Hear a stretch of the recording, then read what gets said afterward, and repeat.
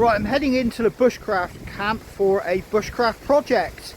Some of you can probably figure out what I'm probably going to try and do. But I found evidence that somebody has tried to make a miniature little Bushcraft camp here. Not of my making. It's miles away from where I am.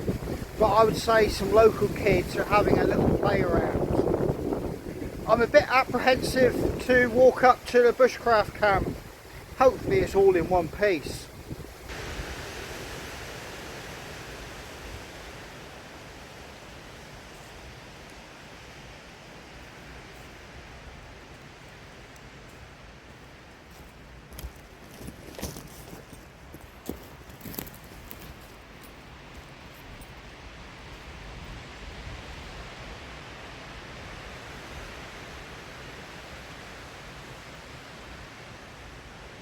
Now walking up on camp, I can instantly see it kind of really blends into its surroundings now, particularly this time of year. The angled structure gives it away when you're close, but just glancing through the gaps in the trees, you really do have to look, and perhaps take a double look to see what it is. But from here, it's looking in one piece.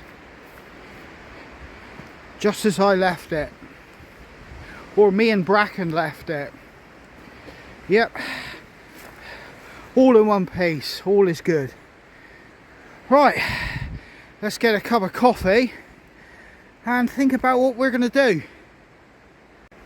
Right then, I've got my hatchet, bow saw, I've got my bag stowed with anything that I need to stow, like my wallet and keys in it. They're not in my pockets, which could fall out and cause me problems later on. I've got, well, 3 wedges, some sticks, my belt kit, which is basically my hand forged horseshoe knife, my folding knife and an auger. You're probably thinking, what's happened to my XXL horseshoe knife? Well, it's had to be destroyed, and I've done that to be compliant, or in my mind to be compliant with the new laws that are in existence in the UK surrounding knives and things of that nature. You need to do your own research on that. I'm not going to labour that because I'm not an expert, but I was significantly not worried but concerned that that item may have fallen into the bracket. So it's been cut up with an angle grinder, and I'm back with my first one I made. I do have some more I've just forged, and I'll let you have a look at those in another video. But we're here, and you can see that's my seat. I'm going to get a cup of coffee out of there, just take it all in for a moment, go static, go firm, let the sounds and environment come to me, and then we'll start crafting our project that we're going to do here. But I'm just going to walk around the back. Yeah, it's all still good. The moss is holding up. Yeah, it's all good. And I can instantly see the deers are back using this track. Now, as this wood has dried and got wet and damp, it has gone totally solid. It's all completely blended together. The rope and all the slack and joints have all been taken up. It's found it's settled, and it's gone even more firm as a structure now. It really is going nowhere.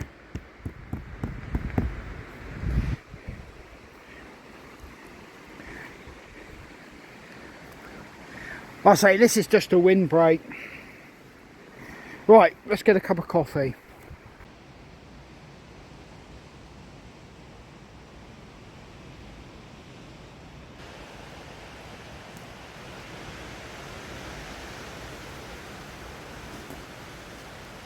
Right, I've got one tree that's obviously gone over there.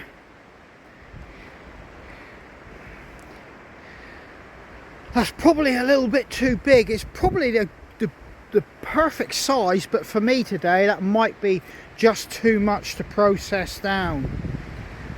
Goes on for quite a way. I've just spotted a smaller one here, so I might take this one. I'll take a piece out of this one. I think it's still relatively good, it's not rotten, so we'll go with this. We'll get a chunk out of this tree, and we'll see if we can process this into a seat.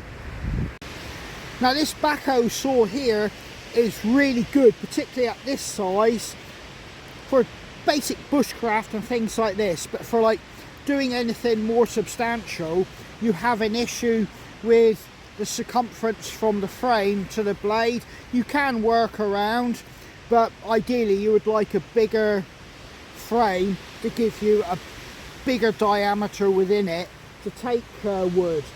But this here is a bit too small for what I really want, but I hopefully can fashion a seat from it. So let's start. Right, let's go.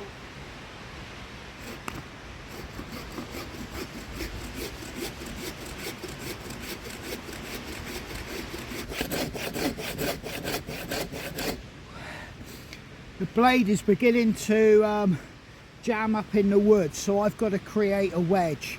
I'm not going to use the wedges I got up there. I'm going to find something to do it.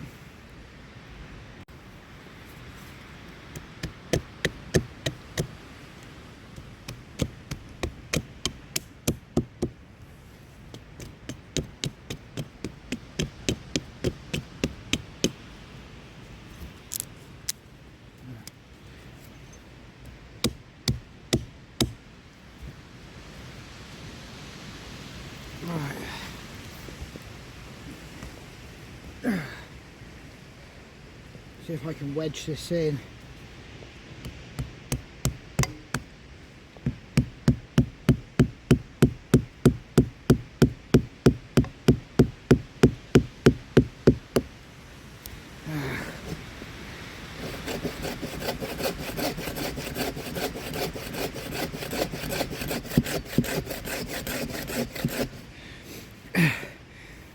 You can see how the diameter of the actual frame is starting to get critical here, particularly if you don't have the angle to be able to move the actual frame to the cut.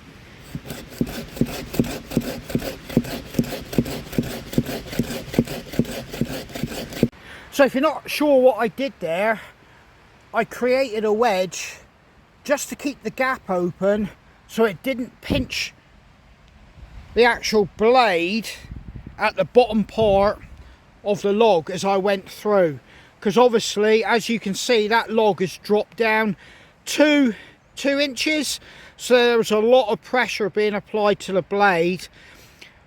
That wedge just kept that saw cut open while I went down through. Simple technique, but you have to be aware when you're cutting any wood, particularly stuff, you know, which has gone over, or any stuff really. All wood can be under tension, and you don't want it to spring back, roll back, come down, or do any harm to yourself or property or anybody else. This just demonstrates, just a piece of wood this size, there's, well, 2 inches worth of tension on this actual wind-fallen tree. Right, I'm going to take in there, in amongst all that ferns and that. I'm going to take it off in there. So I'll see you in a minute.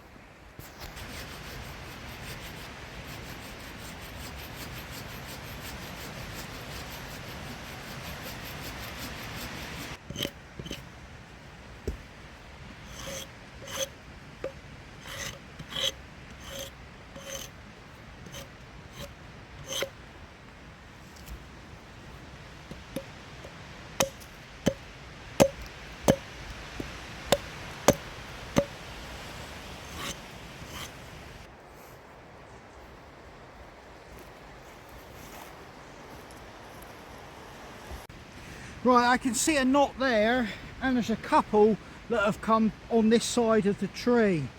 So I'm not going to split it that way, quite simply because I believe I could encounter knots. So I'm going to try and split it this way, that way. So let's start this crack going. You're not guaranteed success with this, like I said.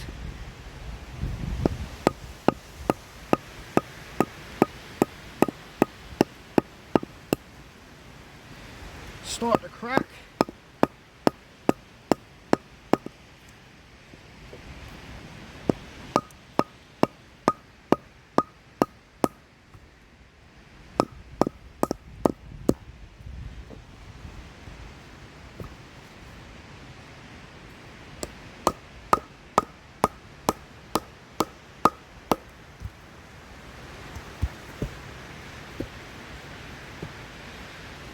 This is kind of the old school way to make planks or straight pieces of wood as well. The old timers would have done this.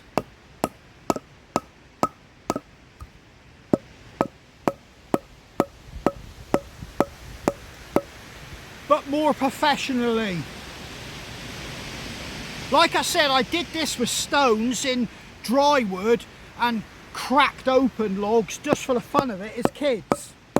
From wood pile, but I've never tried doing it fully properly.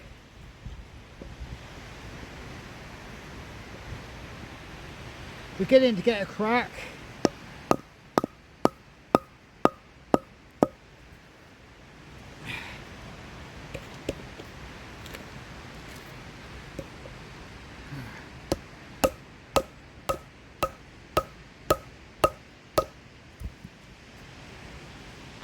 Starting to split it there.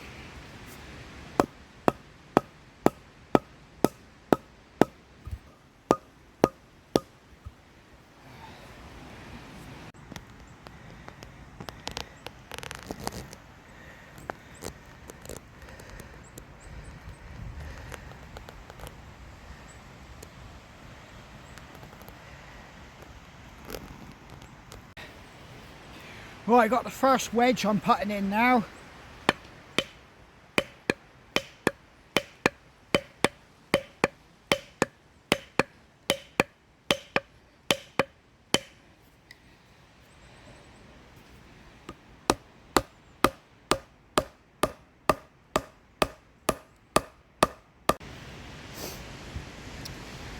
I'm trying to follow the crack right the way through, but I'm having to use my hatchet to further the crack. I don't know how this is going to work out, or how straight or how much wood I'm going to get, but we're here and we're going to give it a go.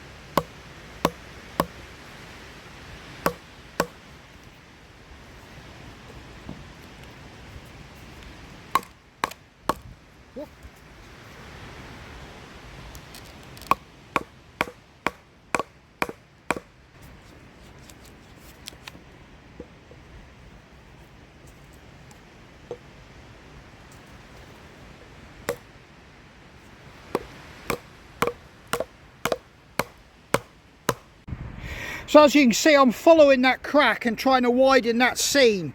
You can see daylight down through there, and it's beginning to crack. You can hear wood crack. This is a lot of work, and I should imagine if you was an experienced woodman working with wood, this would be a lot easier than what I'm making it look. But so far, I seem to have got a good 12 inches of a solid crack running through it, and I haven't veered off. That's not to say I won't, because this isn't good wood, but I'm going to continue going.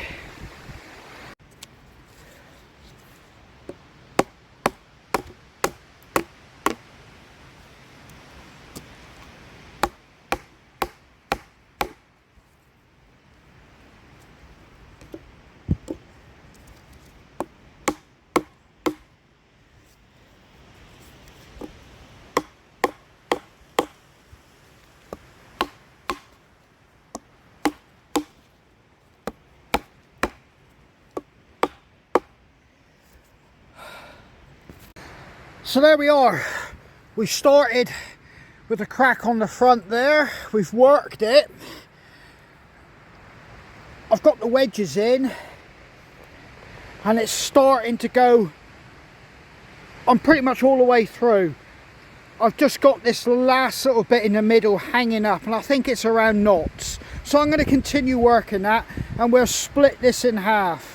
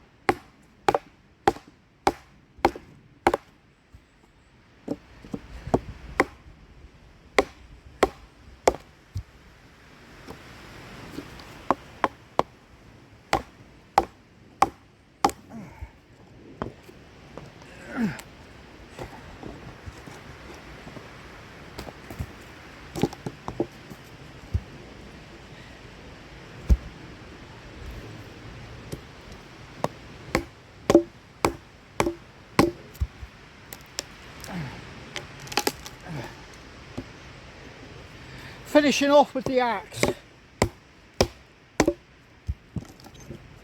Oh, there we go. Whew. Well guys, I actually have two bits of wood now. As you can see, they've actually split in half. The other half is here. It's still quite wet wood actually. Oh, careful of the splinters.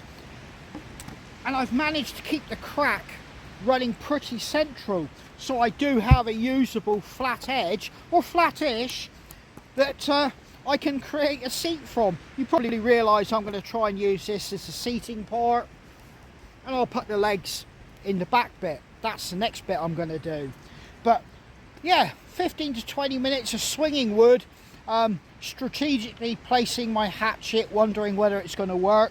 A little bit of anxiety, yeah, a lot of sweat and grunting, but I've got here and I'm really pleased. It just shows the old techniques do actually work. So yeah, from here I've got to put the legs in, so we're going to make that happen now, and I'll use the other bit for another seat. I've pretty much got all I need now. This is going to be a bit splintery to sit on, so I'm going to have to use my hatchet to clean it up, but that won't be a problem. Even if I get the seat made, I can do that in another time. But yeah, it does actually work. I'm so chuffed about that. Just a hatchet and some wedges, and obviously a piece of wood to batten. I know a lot of people have stated you should never use your head of your, hatchet as a hammering device or be hammered. But I can promise you, the old boys back in the days when, the woodsmen, back in the 1800s and things like that, a tool like this had to do everything. So, I understand it if you've got, a couple £100 or more's worth of hatchet and you don't want to do that. But like, if you see a video that I made, which I made this one from like a cheap, I think it was sub £10 hatchet, and I made this one from, or adapted it, I'm not too concerned. It's here to do a job. So let's get the legs in this now. I think I'm going to have a cup of coffee actually first. I got a bit of a sweat on.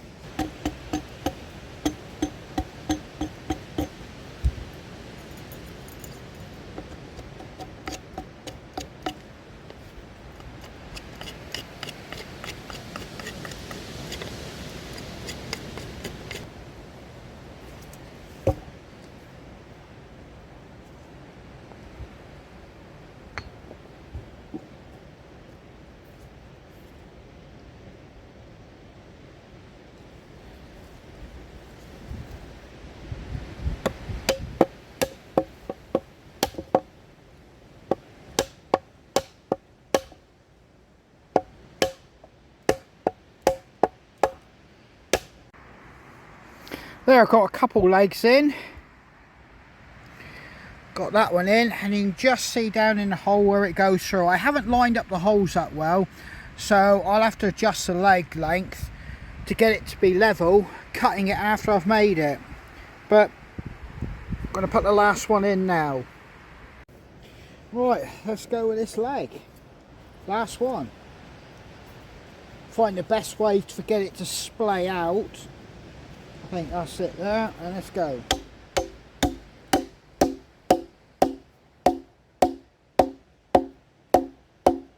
That's home. Right, now I've got to level this chair up. As you can see, it's pretty uneven. I haven't drilled the holes that well. So I've got to take this one off possibly about 6 inches.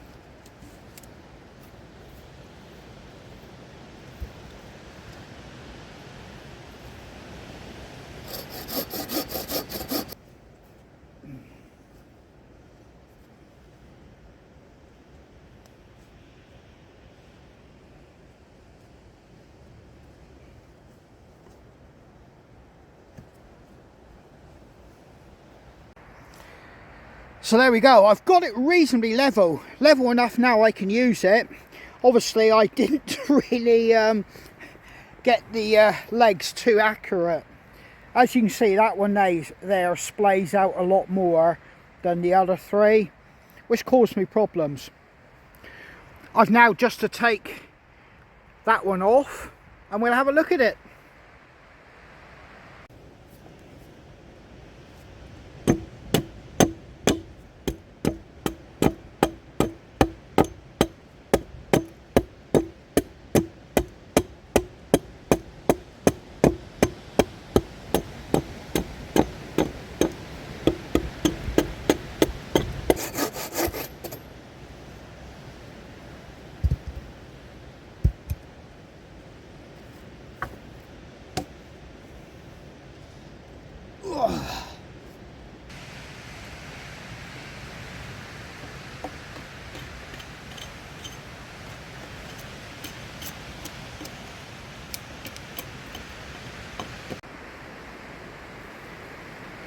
Clean up all this mess and then I'll sit and enjoy this seat with some coffee. But there you go, a Bushcraft bench.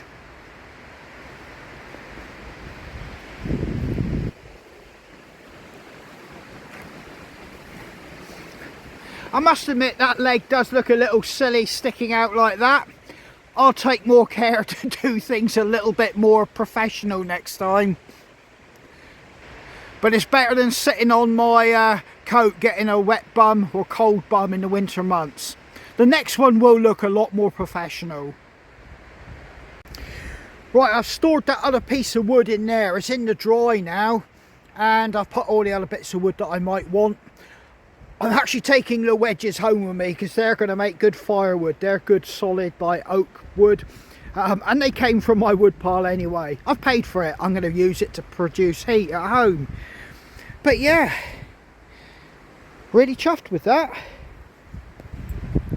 Didn't take that long really, but I now have a little Bushcraft seating bench. I'm actually laughing myself at how I've done that fourth leg, but hey, it's a learning curve. The next one will be good, but it does work and it takes my weight, and I'm pushing sort of like 14 stone.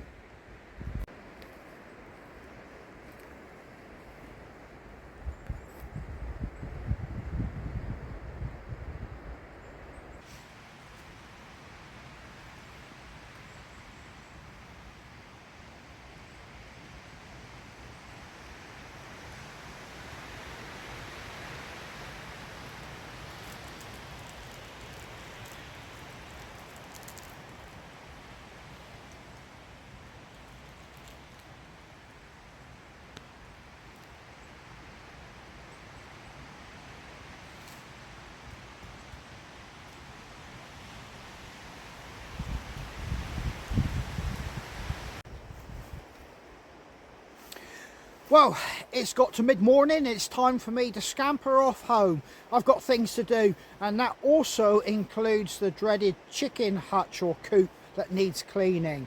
I always tell people if you've got chickens, that's one job you will never want to do. So if you're thinking of chickens, remember what I've said, it's a thoroughly unpleasant job cleaning them out. But getting back to the Bushcraft shelter, hey, it already feels like a camp now, just having one bench. Two people could sit on it easily. The other piece is stored away, and I'll complete that off camera at some point. I'm in no hurry. So yeah, it's a fully functioning camp now. I have a seating. I have a dry area, which I've just got into just a minute ago because we had a little shower. I've had a thoroughly enjoyable coffee and some chocolate biscuits, just enjoying this woodland for a moment. But getting back to what I said as a kid, yes, I did split wood with stones, me and my friend, and obviously you could argue that's a Stone Age technique, but it was the stupidity and innocence of kids, because stones would shatter and fly everywhere, and it's a marvel that we never lost an eye or got hurt. And on top of that is Dad was never too happy to find stones in amongst his wood pile, and indeed jammed into some of the wood that we couldn't split. So don't ever copy that. That's just stupid innocent childhood memories. But yeah, I've got to leave this now, but splitting wood in this fashion would have been a necessity for the guys on the frontier back in the day. You can only build so much with round wood, and then it gets to the point you have to start thinking about getting boards. And I suppose the next step up from splitting a log in half would be to split it down into board-sized pieces of lumber you could actually build with. I may need a lot of practice before I could get to that point, but the basic, the principle is there. So I hope you enjoyed coming along with me on this one. We've started to go into the bushcraft type of scenario and projects now, but I will do some talking about bushcraft, etiquette, skills, and how to conduct yourself out in the woods, and also you know, looking after yourself. So we'll dive into those topics as well. But I'm going to get out of here. The woods are starting to get really dark. I got black clouds coming, so I know there's rain. So take care, stay safe, and I hope to see you guys on the trail.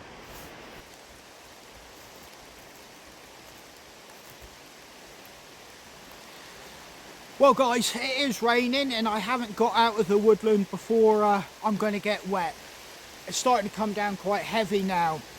But even so, I'm not following my old trail to the bushcraft shelter. I'm going to let that to become overgrown, quite simply because of the intro. We saw that child's bushcraft shelter. I'm not going to give anybody the opportunity or excuse to follow my fresh footprints. I'm going to forge a new trail and come out slightly different place to exit this woodland. It's basic bushcraft skills, and you know, if you want to adhere to some, well, basic stealth principles as well. So I'm going to do my best to keep that location hidden from prying eyes, although you never do know, somebody could be in this woodland doing exactly the same as me. But yeah, I'm getting wet. I'm going to head out of here. So too much talking, not enough walking. See you guys.